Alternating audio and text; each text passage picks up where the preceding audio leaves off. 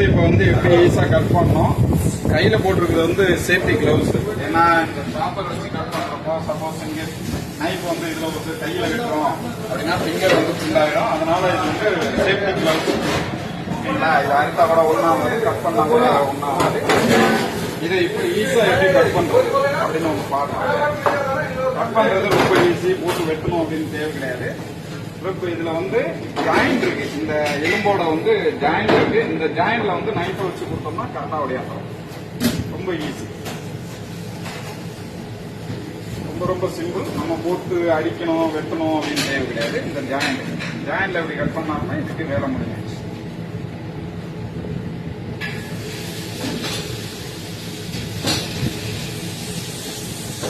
ஓகேங்களா?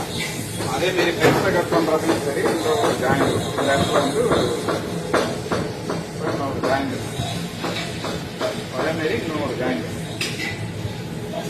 அவ்வளோதான். இப்போ வந்து ரொம்ப ஈஸி கட் பண்றதுக்கு. நம்ம போட்டு வெட்டணும் இது பண்ணணும் பெரிய யூஸ் பண்ணணும் அப்படின்னு தேவை கிடையாது. இதில் வந்து இந்த ஜாயிண்ட் வந்து உங்களுக்கு தெரியும்.